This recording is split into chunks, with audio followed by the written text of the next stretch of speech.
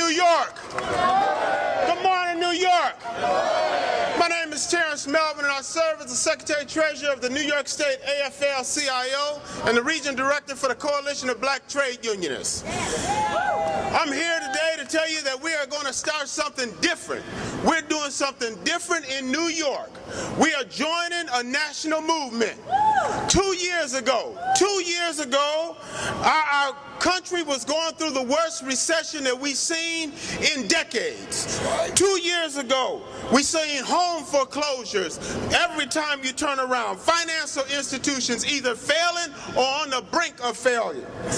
Unemployment rate rising day by day.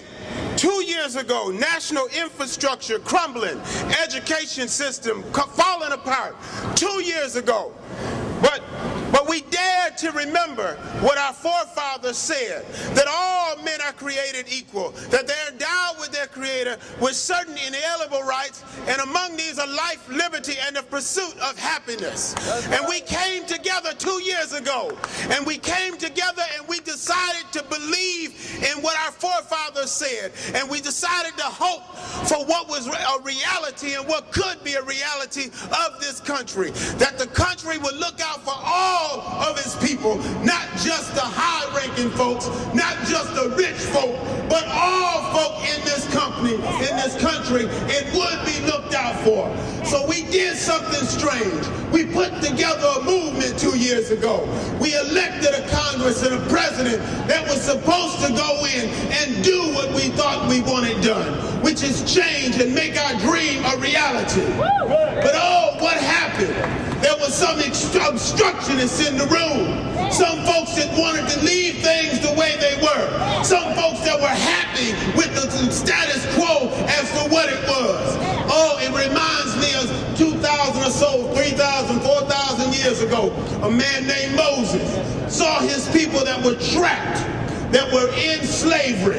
And he said, let my people go. And he went to old Pharaoh and he continued to say, let my people go. And finally Pharaoh let them go. But that ain't the end of the story. Pharaoh stayed on their track as they got down the road. And that's these obstructionists. We made it through the election 2 years ago. But these obstructionists have been on our back. But we are at our Red Sea moment, I want to tell you.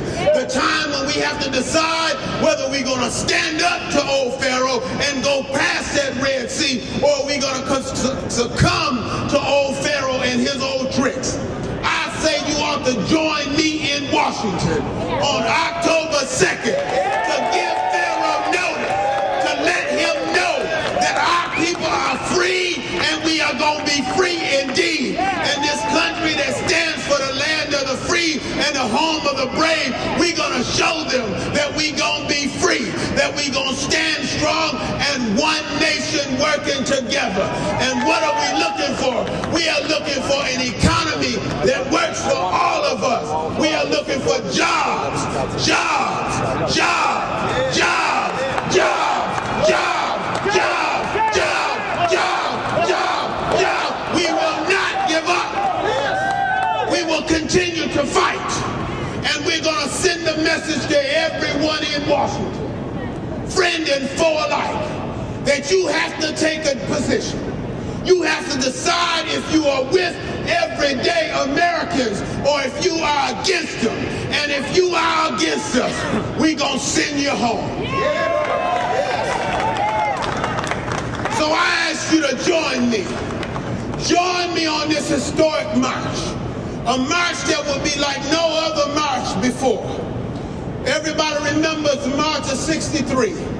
They remember Martin's I Have a Dream speech.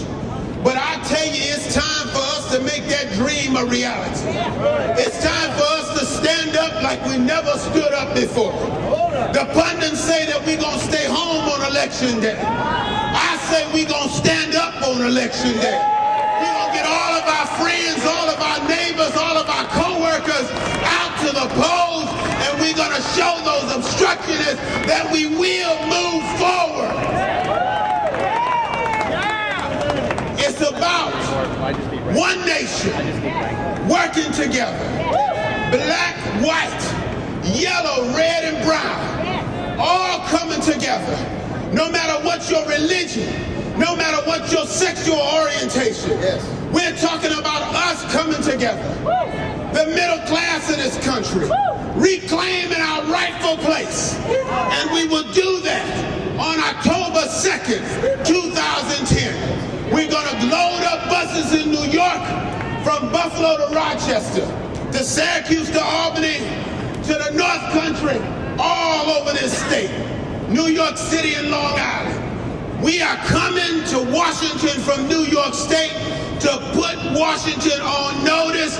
We will not step down. We will not step back. We will not retreat. Victory is ours.